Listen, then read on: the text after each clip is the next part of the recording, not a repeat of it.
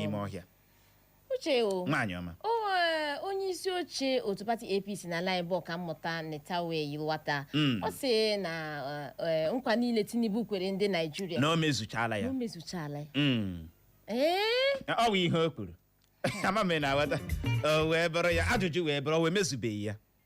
ya onye m na ọ ka na-agba m kirikiri kedu ihe mere ijikwala eti ha ọ ka na m akakuleti ya ọ ka na-eme m somehow next time tupu gị tie ha ibu ụzọ kakuleti ya gị na-eti ha kakuleti bụ mara ma o mezuchara Clara o mezuchabeghị o mezuchabeghị maka na tupu onye isi ala rigoro n'ọkwa ọchịchị o nwere okwu okpuru ka nọkwa na-eke achịcha thank you and by any means necessary okay you must have electricity ọ ihe ọ gwara anyị mana ugbu a eji ole nne gị kọkọrọrọ m o nwekwara mgbe anyị nụrụ na 4,000 Imo youths ha ga-aga abụrụ ime ụdịrị okwu ndị a mgbe ụfọdụ anyị nụchaa ya 4,000 Imo youths will be deployed in Europe.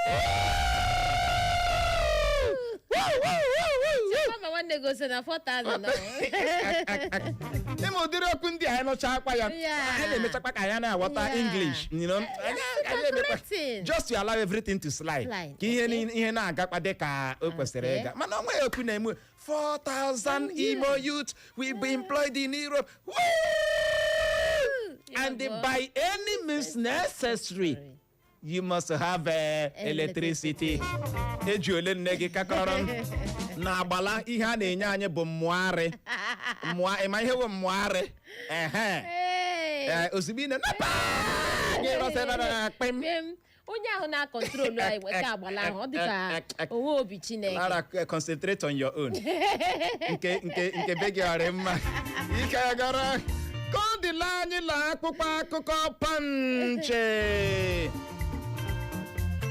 Enwere m ike agaghị m adị ndụ azọ ọkwa onye isi ala Naịjirịa n'afọ 2027 ka Peter Obi kwuru bụ akụkọ mbụ anyị hụrụ n'akpụkpọ akụkọ Punch. Na ya bụ otu akpụkpọ akụkọ Punch ka anyị hụkwara akụkọ a bụ nke kwuru na Erufai metọrọ ohere anyị nyere ya ije nara ọgbụgbọ ka ọ dịkwanụ anyị anwụchiela onye dọkịnta ya ka otu kọmishọn na-agụ maka nrụrụ aka bụ ICPC kporo. Kemgbe a gbara nwee ihe dịka Naịjirịa, ahụtụbeghị m ọnọdụ enweghị nchekwa na ihe isi ike n'ụdị a na-ahụ ya ugbu a n'ala anyị, ka Dele Momodu kwuru, bụ akụkọ ọzọ anyị hụrụ n'akwụkwọ akụkọ Pọnchị. Na ya bụ otu akwụkwọ akụkọ Pọnchị ka anyị hụkwara akụkọ a bụ nke kwuru na ndị obu egbe egbuola otu onye ma tọrọ mmadụ 4 na mwakpo ọhụrụ ha wakporo steeti Bauchi. Aka akparala otu nwoke ọgwụ dịka ọ na-emetọ nwa nwaanyị onye agbata obi ya dị naanị afọ 8. Ịnụkwa, otu nwaanyị ọwa amụọ na nwa dịka ọ na-arahụ ụra tetazie hụzie nwa ya n'okpuru akwa blanket. Onye isi ala Bola Tinubu nweta mmeri na ntuliaka elu afọ 2027, ndị opozishọn ga-ekwu na o mere nrụrụ aka na ya ka Akpabio kwuru.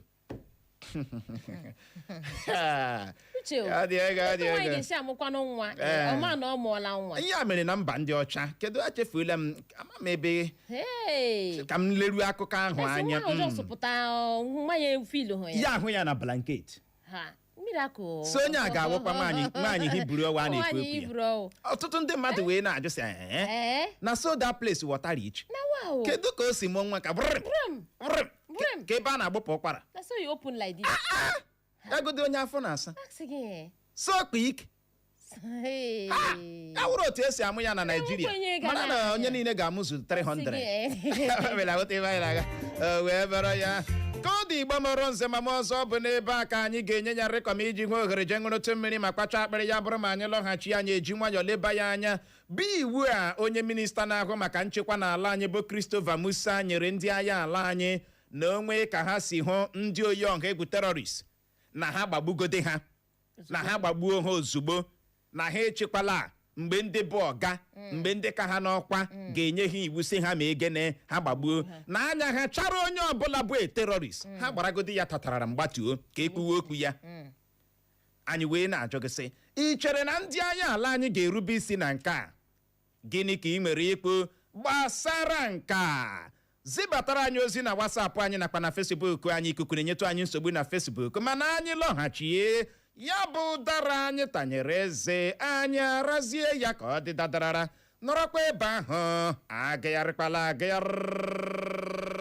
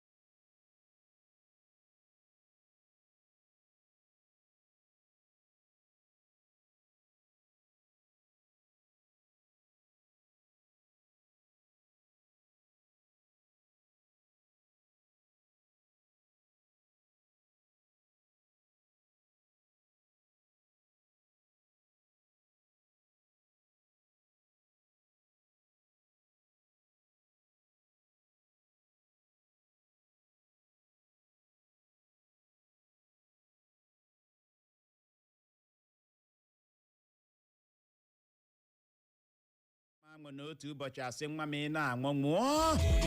ama m ị na-aghọta ka ọ dị nye ndị na-amaghị onye minista na-ahụ maka nchekwa n'ala anyị Minister of Defense bụ Christopher Musa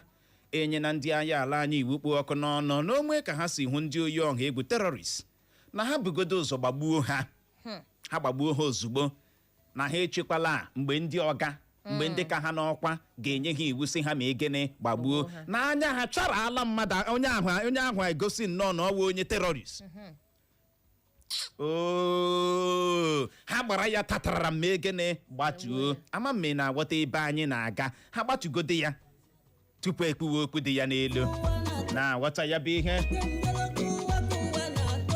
ike agụla anyị wee na-ajụ gị bụ onye na-ege ntị sị ị chere na ndị agha ala anyị ga-erube isi na nke a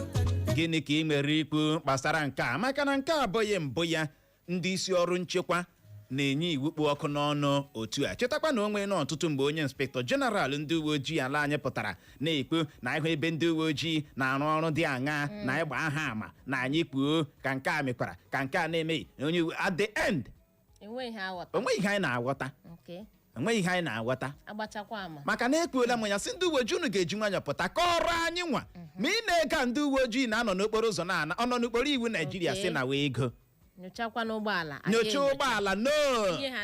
ịjụ na ị gaghị enye ha ego ewere osisi ha ka gịnị pịa n'ụgbọala gị na steeti Imo ka nna gwa gị ihe ị ga-anụ awụrụ dowam onye nke bọsị ime koo ya uku ya nwa reply ya ọ wụ otu aka ihe ọwụkwụ na ama ji eje ụmụahịa nwanne ike agụla inye onye uwe ojii 1000 ya nọrọ ebe ahụ nye gị chenji 900 ozugbo ike agwala ya bụrụ na ị nwere ọsịsa na ya bụ ajụjụ anyị ji n'aka n'ụtụtụ ị ga-agbalị bulie ekwentị gị kpọwa akara ekwentị ndị abụọ 0911-2022 0911-2022 maọbụkwa 0707-454-1014 0707-454-1014 maọbụ gị gaa na Facebook anyị ga ebe ahụ gaa zibatara anyị ozi iruo na Facebook chọwa Eko FM 100.7 maọbụ gị dee naanị Eko FM Ịbọọlachi Uchenna Clever nwoke ọma n'otu mere adị m mma ụtụtụ ọma o nwaada Clara nwaanyị ka ibe ya mma n'otu mere anyị dị mma ndewo onye nna n'olu ya wo Prince edozi ahụ mere esi m were na-akpọ nwanne m nwoke nke bụ eziokwu iwu ahụ o nyere ọ dị mma n'ihi na ọ bụrụ na asị agba ochie ama ma ọ agba ọrịa ama ya ala mana ihe nnọzi n'ihe ahụ ha nwekwa ike dịka ndị Naijiria anyị maara ha nwere ike ugbu a ji egbuwe ndị aka ha dị ọcha meli ha nwere ike bata na South East na bikọta na webe target ha onye ọbụla ahụziri na-awụọ terrorist yes allegedly onye ọbụla awụọ terrorist by force because ọ nwere ike ugbo ejidezi mmadụ ihe ọzọ a ga-eme ugbo ha atagị onye ahụ terrorist because enwere ndị a na-emegide before atagị aha n'ọwụ IPOB dịka emere na ha si IPOB wụ terrorist group but anyị nwa n'ebe anyị ahụga ha IPOB as terrorist group so ihe wee egwu m ebe ahụ afọ ya wụrụ na ọwụ ejide deben terrorist ebe anyị kwesịrị ịdị na-anọ ya nwee wet wolu ugwu Awụsa ebe anyị ma na ọwụ terrorist ebe ahụ then ha hụ onye ọbụla terrorist ha gbagbuo ya ọ ga-enye aka ndị dị ndụkwa na-enwe ike kuru ndị Naijiria enwe ike kuru ume bọpụ ihe ụjọ mwuzi ugbo emegbu ha politicize ya ha batazi ebe na South East nọ na-enwe terrorist n'ebe a onye ọbụla ha hụziri gbuo egide ya ha gbagbuo ise terrorist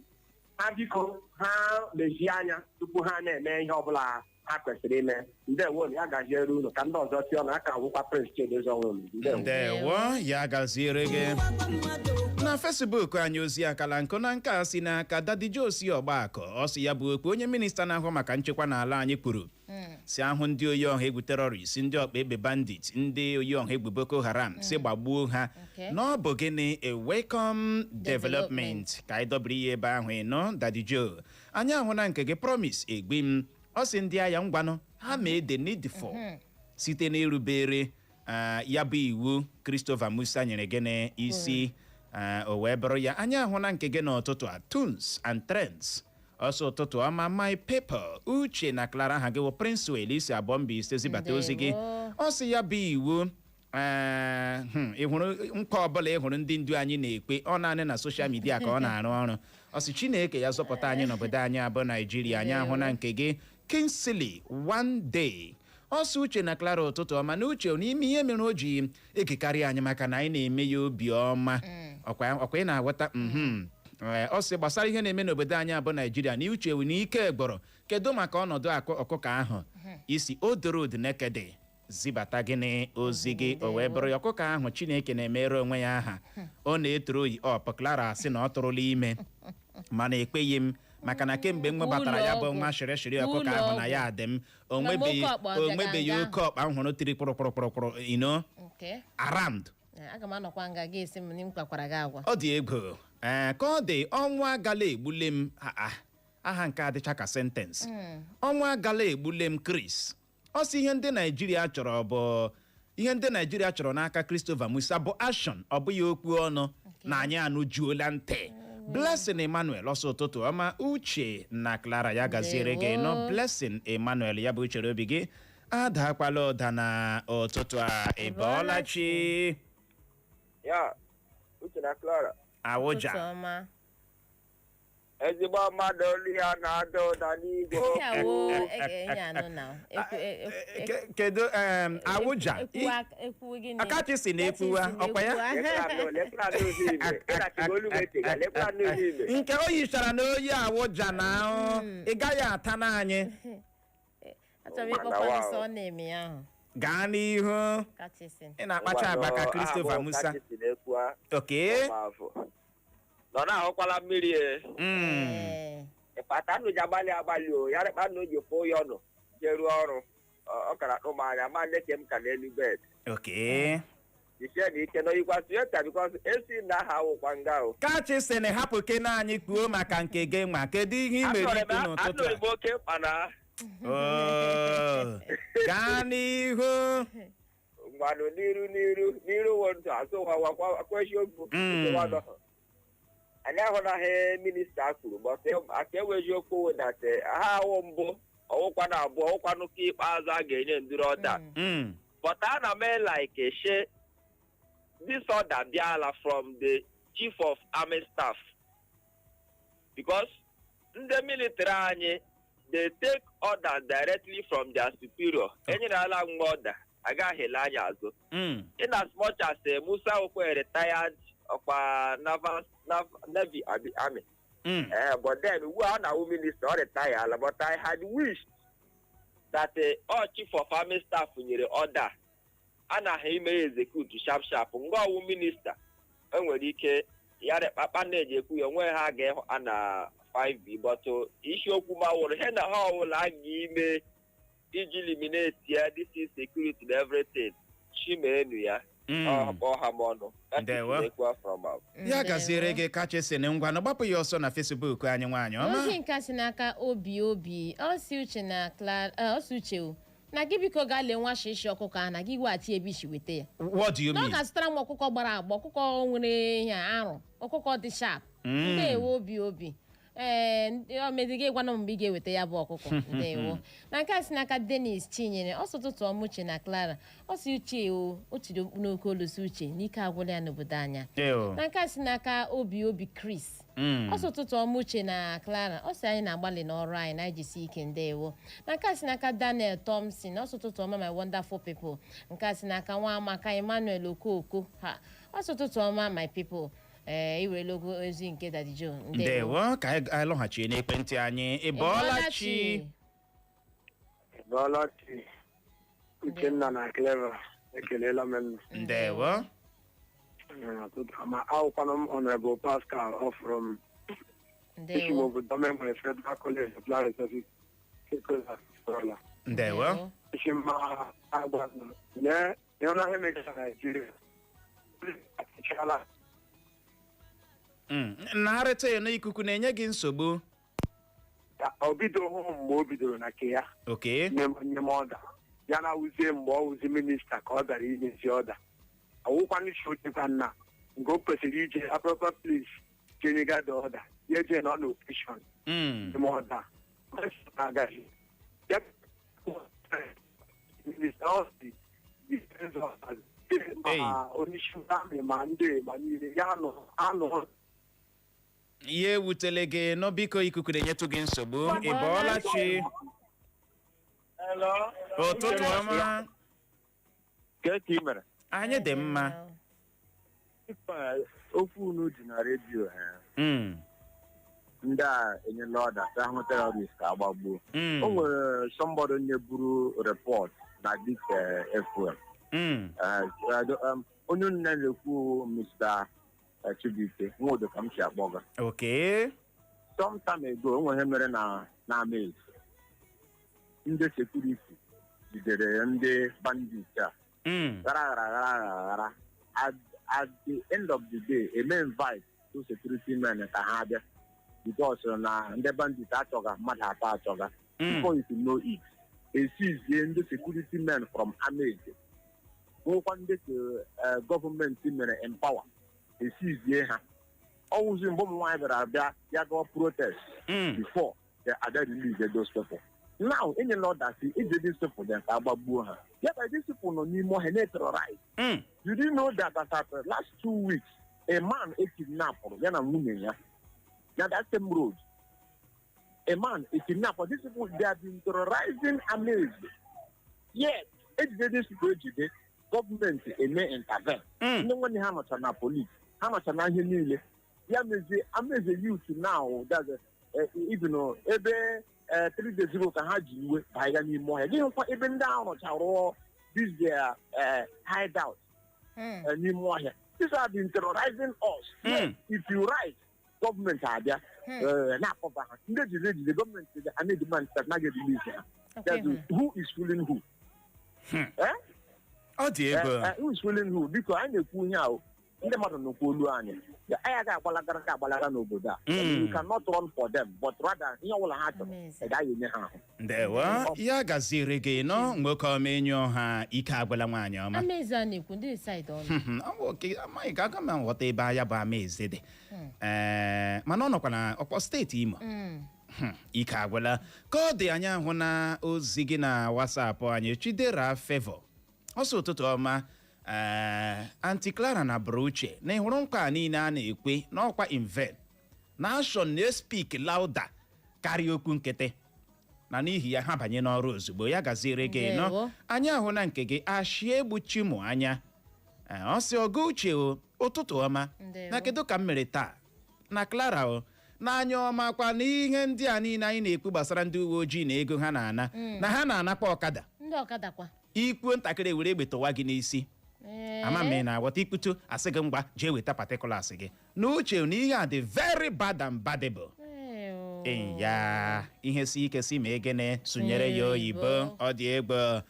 ịbọọla chi Uchechukwu Uche Nwagodo Etiokwe Riokwe MC Clara ekele m go ụtụtụ ọma nwoke ọma onye na-alụ olu ya chifetu okweri okwe nke mbụ isochi. Uche nne m mgbe ọ nwere ịhụrụ etiri iwu a gị mana nwere ndekweti gị ma ọ na-ehụrụ gọọmenti tiri iwu na nwere ndekweti gị iwu ahụ bet iwu a na Christopher Musa tiri mụ ekwenyela ya ihe mere ekwenye m na ya wụ ị gaghị asị ahụ onye ọla wụtara esi gbagbuo just of all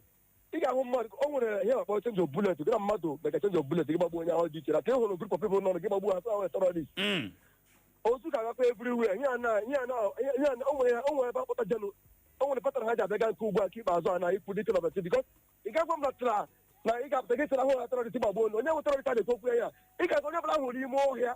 bụ egbe lọtan ndị a na-abịa n'ime ọhịa ga-emecha na esi gbagbuo onye a n'ime ọhịa ebe a onye isi mmadụ terọrist ị ga-iwu ndị mmadụ na grup na ji moto agagara nwaanyị gị gbagbuchi ha ahụ terọrist bụ ndị na-azọ wee mega mitin na gị gbagbuchi ha si na ahụ terọrist lọtara biko ya wụdo statement a biko ọ dịghị mmanụ ị ga-agwa ndị agha Naịjirịa na aga aghara n'ime ọhịa onye ọbụla gbawara egbe si gbagbuo onye ahụ onye ọ dị ga-enye chere ekele ihe ị na-akọwa bụ na ndị ahụ bụ ụzọ gbasuo. Yes, oke agbagbuzie ndị agha ala anyị na-eme ka anyị na-aghọtanụ maka na onye buru ụzọ gba egbe na-agbagbu ka ama mme na-aghọta onye bọrọ na-ehụrụ bi n'ime ọhịa na terọrist ọkụ ma onye bụrụ n'ime ọhịa bụ egbe terọrist gị wụrụ onye amị ịbanye n'ime ọhịa ọzọ bụ egbe n'ime ọhịa ị ga-ebụta mata ma vigilantin first matakwuru ndị amị n'ime ọhịa mata ọ vigilantin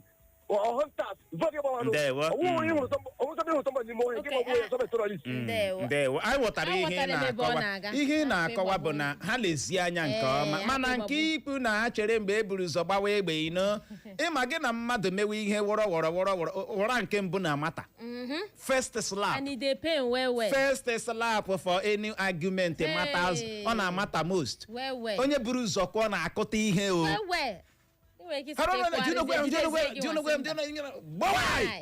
that first slap if ị na-enweta ha opportunity ahụ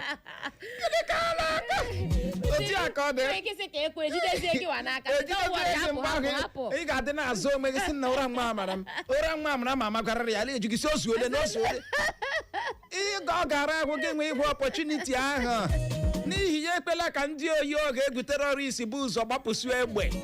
agbapụsị ọkpawai ozu ga-ayakwa na-aghọta kama aghọtara m ebe ị na-aga ọ ga-adị mma na ha leziri anya gị nke ọma kọdụ Igbo mụrụ nze ma ọzọ bụ n'ebe a ka anyị ga-enye ya rịkọm iji hụ ohere nabatawa ndị ọbịa anyị na ha ga-anọrịgba mba ifelo n'ihi ya ka ọ dị nwanne gbalikwuo redio gị elu maka na eke ha wechagobo na anyị awechala aka anyị ka jukwara eju bara abara imete gị mma nọrọkwa ebe ahụ agagharịkwala agagharị